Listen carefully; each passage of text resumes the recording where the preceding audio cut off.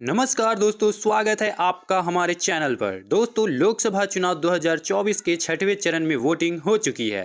दोस्तों, आज की वीडियो में हम जानेंगे कि पांचवें चरण में किस पार्टी को कितने सीटें मिली है और किसे लगने वाला है बड़ा झटका। जानने के लिए बने रहे वीडियो के अंत तक। दोस्तों, हमारे देश में लोकसभा की कुल 543 सीटें हैं और इन सीटों पर 7 चरणों में वोटिंग होती है, जिसमें से 6 चरणों में वोटिंग समाप्त हो चुकी है। जिसका मतलब यह है कि अभी तक आधे से ज़्यादा चुनाव खत्म हो चुका है। अब चुनाव अपने अंतिम दौर में है, जिसमें मात्र एक ही चरणों में वोटिंग होना शेष रह गई है।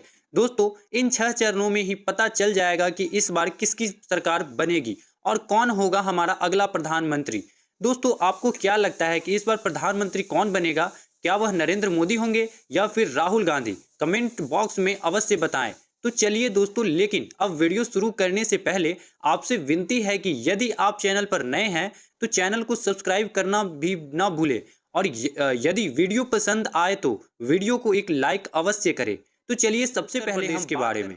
दोस्तों, उत्तर प्रदेश में लोकसभा की कुल 80 सीटें हैं। ऐसा माना जाता है कि जो भी पार्टी उत्तर प्रदेश में बढ़त बना लेती है तो अक्सर केंद्र में उसी की सरकार बनती है। इस बार उत्तर प्रदेश में बीजेपी पार्टी के खाते में 42 सीटें आ रही है, तो वहीं दूसरी ओर इंडिया गठबंधन के खाते में 38 सीटें जाती हुई नजर आ रही है।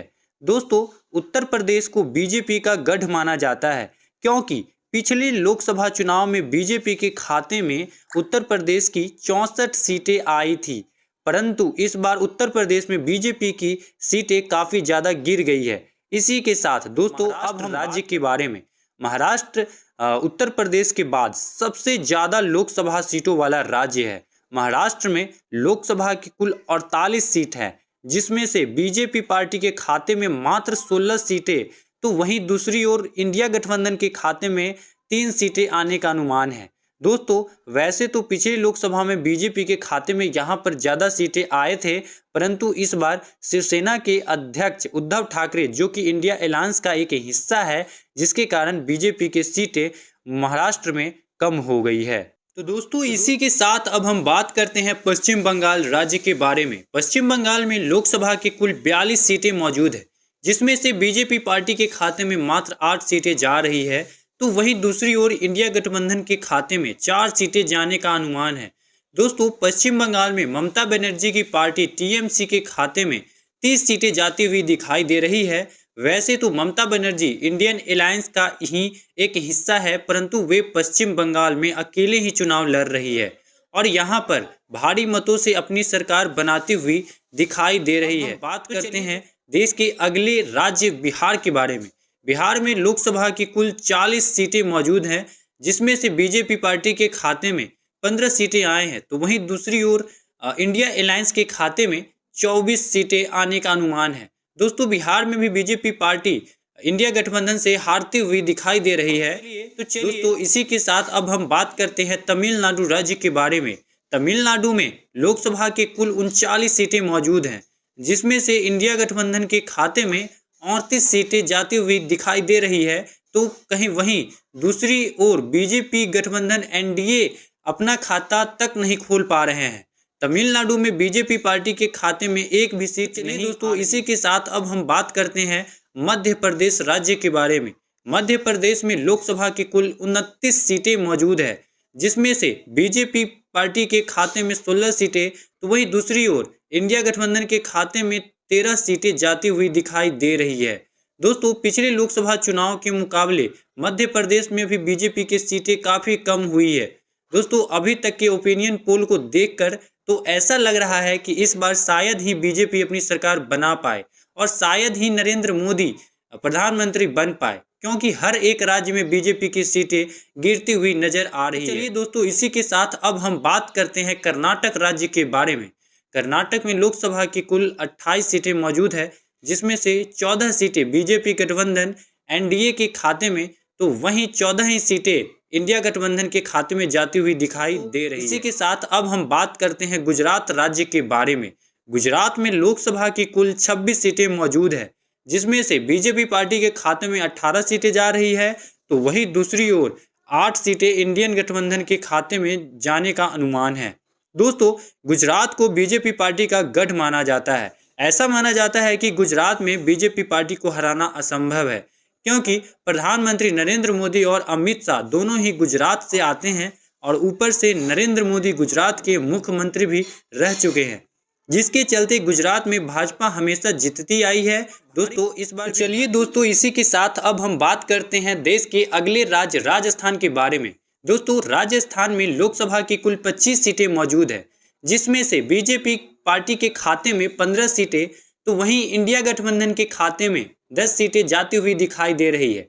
दोस्तों, भले ही राजस्थान में बीजेपी पार्टी जीत गई हो, परंतु पिछले लोकसभा चुनाव के मुकाबले यहाँ पर भी बीजेपी पार्टी की सीटें काफी ज्यादा। दोस्तों, इसी के साथ अब हम बात करते हैं आंध्र प्रदेश के बारे में। दोस्तों, आंध्र प्रदेश में लोकसभा की कुल 25 सीटें हैं, जिसमें से बीजेपी पार्टी के खाते में 8 सीटें, तो वहीं दूसरी ओर इंडिया गठबंधन के खाते में मात्र 2 ही सीटें जाने का अनुमान है। दोस्तों, आंध्र प्रदेश में सबसे ज्यादा 15 सीटें अन्य पार्टी के खाते में जाती हुई दिखाई दे रही है। तो चलिए बात करते हैं केरल राज्य के बारे में। केरल में लोकसभा की कुल 20 सीटें मौजूद है, जिसमें से इंडिया गठबंधन के खाते में 20 और सीटें जाती हुई दिखाई दे रही है। तो वहीं दूसरी ओर भारतीय जनता पार्टी के खाते में एक भी सीट नहीं आई है। केरल में बीजेपी पार्टी का खाता। चलिए दोस्तों, बात करते हैं उड़ीसा राज्य के ओपिनियन पोल के बारे में। दोस्तों, उड़ीसा में लोकसभा की कुल 21 सीटें मौजूद है, जिसमें से 2 सीटें बीजेपी पार्टी के खाते में है, तो वहीं दूसरी ओर 8 सीटें इंडिया गठबंधन के खाते में जाती हुई दिखाई दे रही है। उड़ीसा में अन्य पार्टी के खाते में 11 सीटें आने का अनुमान है। तो चलिए इसी के साथ अब हम बात करते हैं तेलंगाना में लोकसभा की कुल 17 सीटें मौजूद है, जिसमें से भाजपा गठबंधन एनडीए के खाते में 2 सीटें, तो वहीं दूसरी ओर इंडिया गठबंधन के खाते में 13 सीटें जाने का अनुमान लगाया जा रहा है। दोस्तों, तेलंगाना राज्य में भी बीजेपी पार्टी हारती हुई दिखाई दे रही है। तो चलिए इसी तरह देश के अगले राज्य झारखंड के ओपिनियन पोल के बारे में। दोस्तों, झारखंड में लोकसभा की कुल 14 सीटें मौजूद है, जिसमें से भाजपा गठबंधन एनडीए के खाते में 2 सीटें, तो वहीं दूसरी ओर इंडिया गठबंधन के खाते में 9 सीटें जाते हुए दिखाई दे रही है। दोस्तों, झारखंड में अन्य पार्टी के खाते में 2 सीटें आने का अनुमान लगाया जा रहा है। अब हम बात करते हैं असम राज्य के ओपिनियन पोल के बारे में। असम में लोकसभा की कुल 14 सीटें हैं, जिसमें से भाजपा गठबंधन एनडीए के खाते में 8 सीटें, तो वहीं दूसरी ओर इंडिया गठबंधन के खाते में 4 सीटें जाती हुई दिखाई दे रही है। तो अब हम बात करते हैं पंजाब राज्य के ओपिनियन पोल के बारे में। दोस्तों, पंजाब में लोकसभा की कुल 13 सीटें मौजूद है, जिसमें से 9 सीटें इंडिया गठबंधन के खाते में है, तो वहीं दूसरी ओर 4 सीटें अन्य पार्टी के खाते में है, जाती हुई दिखाई दे रही है। दोस्तों, पंजाब राज्य में बीजेपी पार्टी का खाता तक नहीं खुला है। यहाँ पर बीजेपी पार्टी के खाते में एक भी सीट नहीं आई है। तो चलिए इसी के छत्तीसगढ़ राज्य के ओपिनियन पोल के बारे में।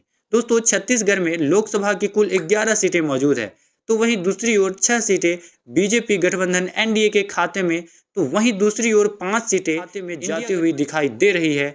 दोस्तों, इसी के साथ अब हम बात करते हैं देश के अगले राज्य हरियाणा के ओपिनियन पोल के बारे में। हरियाणा में लोकसभा की कुल 10 सीटें मौजूद है, जिसमें से इंडिया गठबंधन के खाते में 6 सीटें, तो वहीं दूसरी ओर बीजेपी पार्टी के खाते में मात्र 2 ही सीटें जाती हुई दिखाई दे रही है।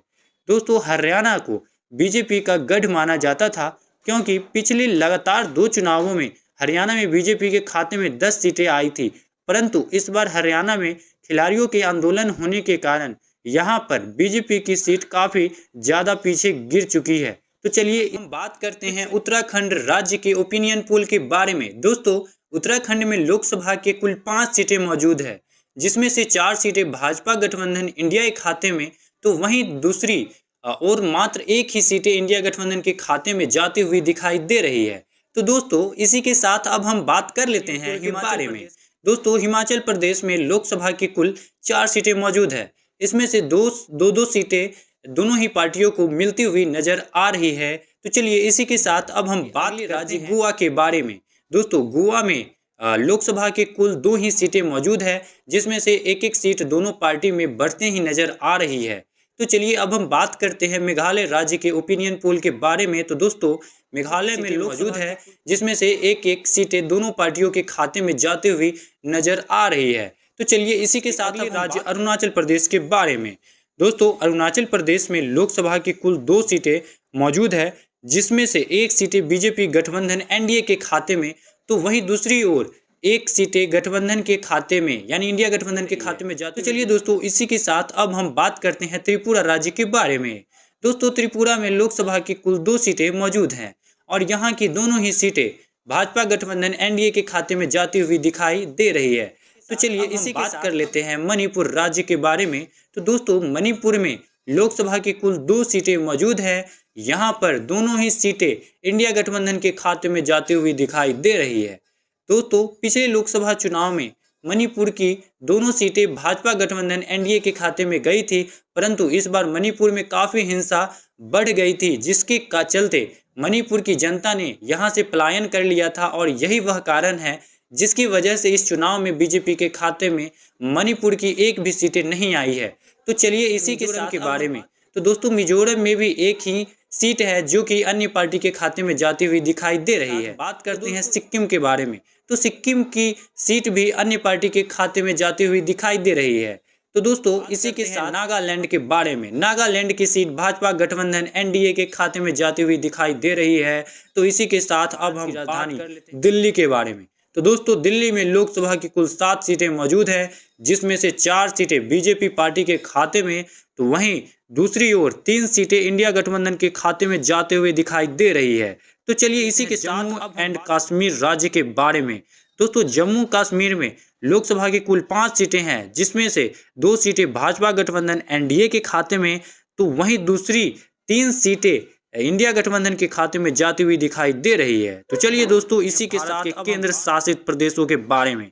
दोस्तों यहाँ पर लोकसभा की कुल 7 सीटें मौजूद है, जिसमें से 4 सीटें भाजपा गठबंधन एनडीए के खाते में, तो वहीं दूसरी ओर 3 सीटें इंडिया गठबंधन के खाते में जाती हुई दिखाई दे रही है।